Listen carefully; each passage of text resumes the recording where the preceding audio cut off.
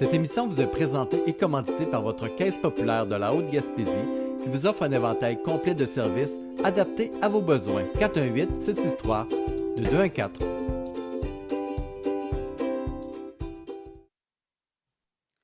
Bonsoir mesdames, bonsoir messieurs. Bienvenue à la séance ordinaire du conseil municipal, séance du mois d'avril 2024. Bonsoir également aux gens dans l'assistance, donc bienvenue. Quelqu'un propose l'adoption de l'ordre du jour tel que présenté. Simon Pelletier, merci.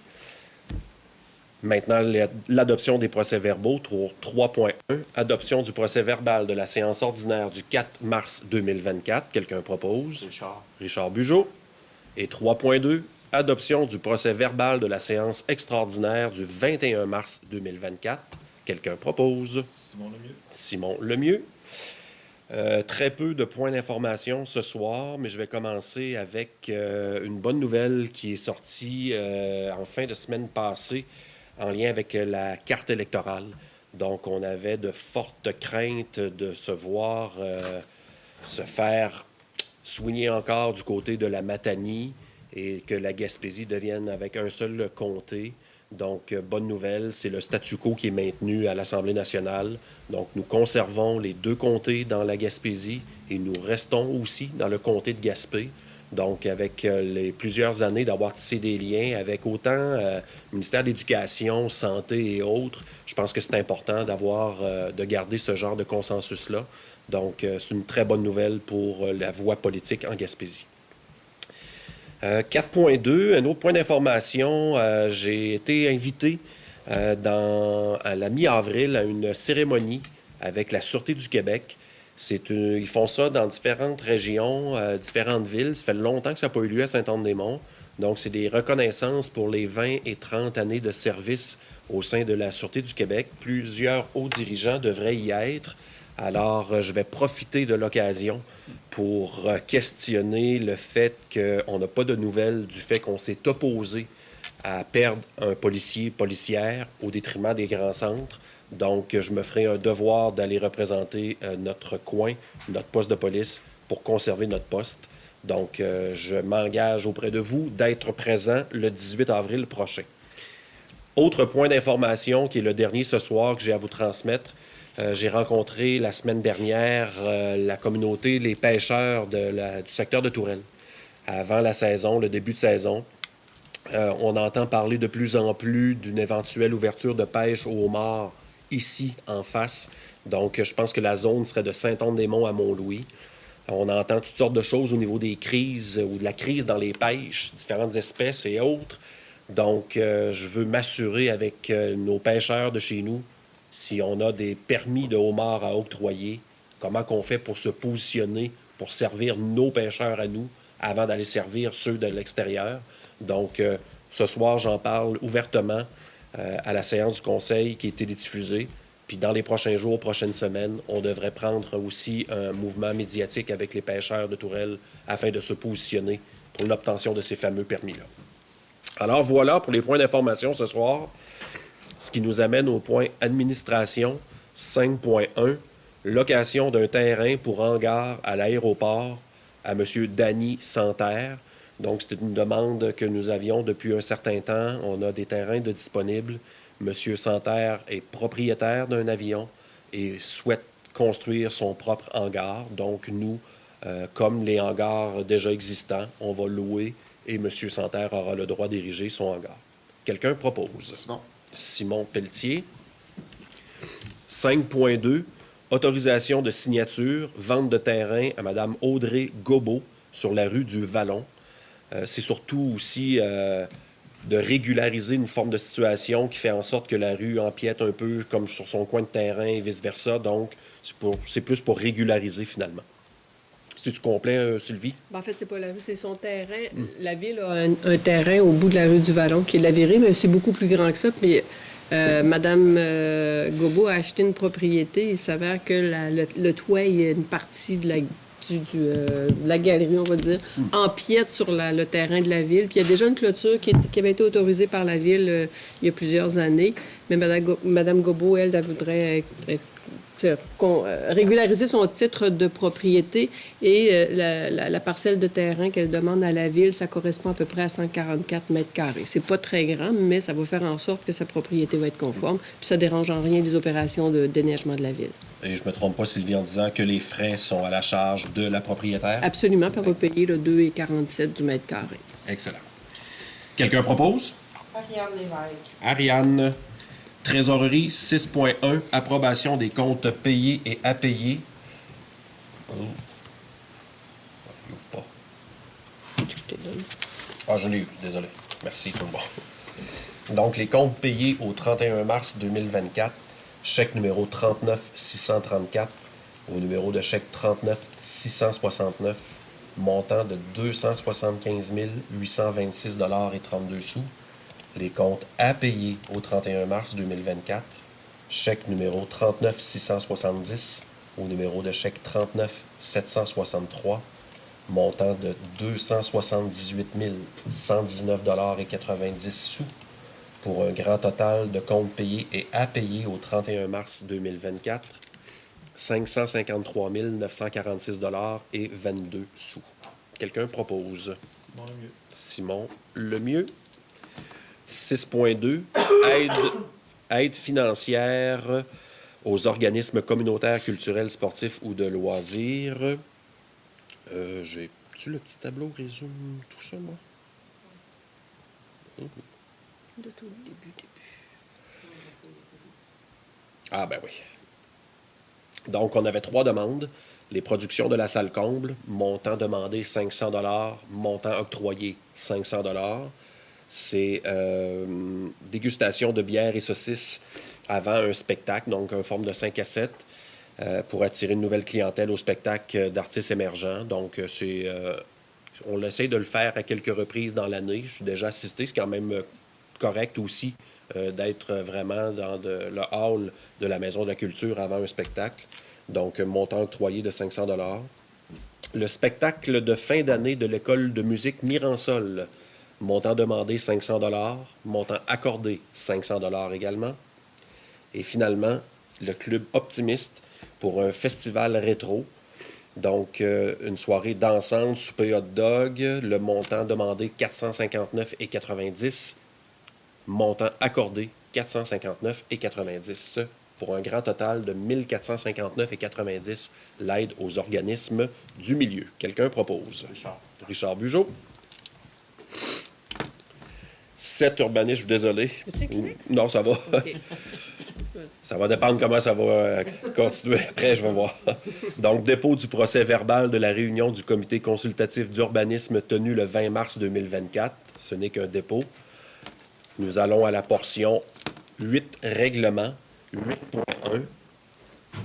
Et 8.1, oui, adoption du règlement 24-959, modifiant le plan d'urbanisme 04-626 afin d'établir des mesures de lutte contre les îlots de chaleur urbains. Donc, le gouvernement a adopté le 25 mars 2021, a incorporé dans la loi sur l'aménagement et l'urbanisme des obligations aux municipalités en leur demandant d'identifier toute partie du territoire qui est peu végétabilisée, très imperméabilisée, c'est quand il y a de l'asphalte, ou sujette au phénomène d'îlots de chaleur urbain, ainsi que la description de toute mesure permettant d'atténuer les effets nocifs ou indésirables de ces caractéristiques d'ici le 25 mars 2024. On est presque là. On adopte ce soir le plan d'urbanisme dans lequel on donne la définition de ce qu'est un îlot de chaleur, et dans le règlement qui va suivre, dans le règlement d'urbanisme, on va mettre en place des mesures d'atténuation. Je vais vous expliquer au point. Donc, pour le plan d'urbanisme, on instaure le concept d'îlot de chaleur à la demande du gouvernement provincial. Quelqu'un propose? Ariane. Ariane Lévesque, 8.2. Adoption du second projet de règlement 24-960, modifiant le règlement de zonage 04-620 pour la création d'une zone CB, à même la zone CA10, et les mesures de lutte contre les îlots de chaleur urbains. Sylvie. Donc, ce règlement-là a 2 buts. Le premier, c'est de changer une partie de l'affectation de sol de la zone CA10 pour lui donner une affectation de sol d'une zone CB pour permettre à la fois l'usage quincaillerie, vente au détail et cour à bois extérieur, vente au détail. Le commerce ou le secteur qui est visé, c'est où sont les galeries gaspésiennes et le bâtiment qui est derrière, le Carrefour Jeunesse Emploi je vais le dire, la SAQ et la Family Prix. Donc, il y aura un acheteur intéressé à acheter les galeries gaspésiennes et y installer une quincaillerie, mais le zonage actuel permet les quincailleries, mais pas l'entreposage extérieur. Donc, le conseil municipal a émis quand même des conditions assez strictes, là, à savoir qu'il fallait mettre une clôture, des arbres, des mesures d'atténuation pour les terrains avoisinants, les voisins, mais aussi pour s'assurer que ce genre de commerce-là n'est pas un achalandage qui nuise à la fluidité là, du routière puis des autres commerces aussi. C'est ça, qu'il y a un usage harmonieux, merci Martin, qui cohabite avec les autres usages du secteur. Donc, il y a cette modification de zonage-là. Et la seconde, c'est je l'expliquais tout à l'heure, on a instauré le concept d'îlot de chaleur, mais il faut mettre en place des mesures d'atténuation. C'est-à-dire que le gouvernement nous demande de trouver des solutions pour que les zones qui sont très asphaltées, où c'est très urbain, de mettre en place des mesures pour qu'il y ait... ce qu'on va mettre, c'est la végétation, le feuillage des arbres, mettre de la pelouse au sol. On va viser beaucoup les stationnements, s'assurer que et pas ceux qui sont en place, mais quand il y aura un nouveau stationnement ou que quelqu'un refera son stationnement, bien, il y aura l'obligation de planter des arbres, de drainer le sol de façon à ce que l'eau s'en aille pas dans le réseau de la ville, mais qu'elle serve à arroser les arbres qui y sont plantés. C'est des concepts qui existent beaucoup en ville, qu'on implante tranquillement parce que la chaleur, bien, les températures montent pas juste à Montréal, tranquillement, ça s'en vient ici aussi. C'est des mesures aussi... Même esthétiquement, c'est beaucoup plus beau de voir un stationnement qui est très végétalisé plutôt qu'une grande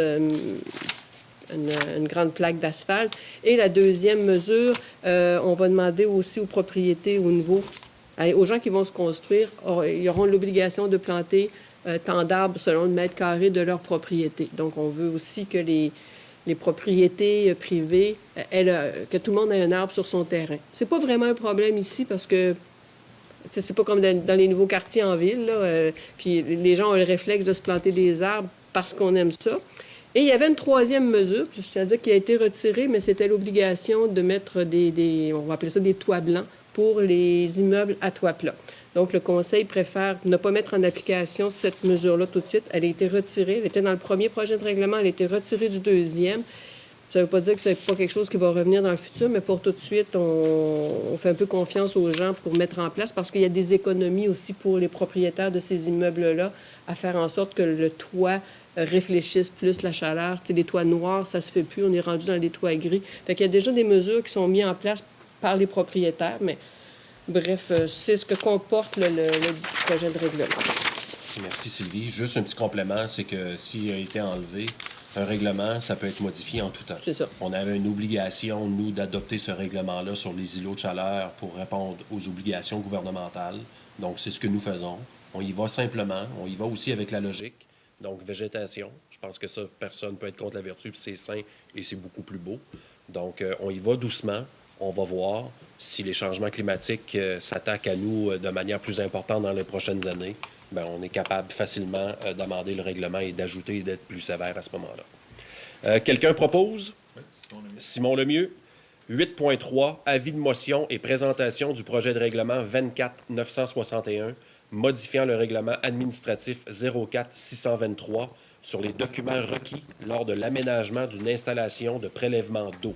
Sylvie. Oui, dans le fond, c'est qu'il faut mettre à jour notre règlement administratif là, parce qu'on s'est rendu compte qu'il n'y avait pas d'obligation pour quelqu'un qui voulait se creuser ou faire un prélèvement d'eau potable. Ce qui nous vient en tête, c'est creuser un puits artésien. Là. Il n'y avait pas l'obligation d'obtenir un certificat d'autorisation de la Ville. Donc, on le crée.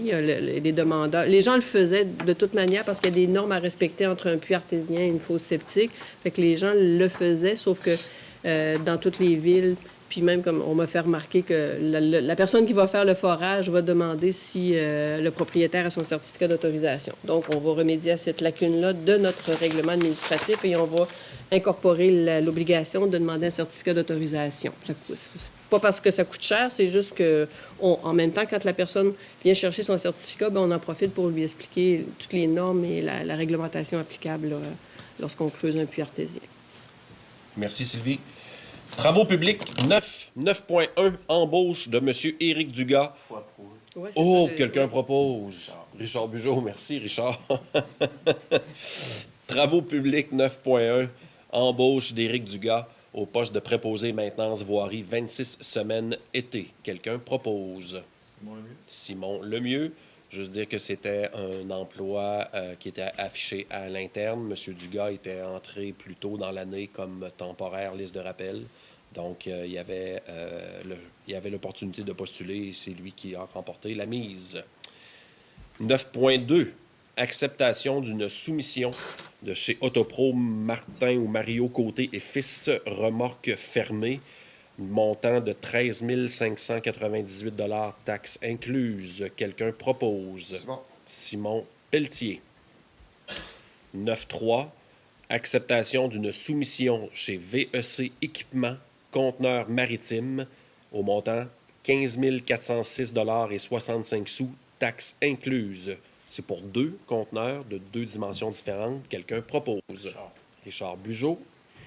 9.4.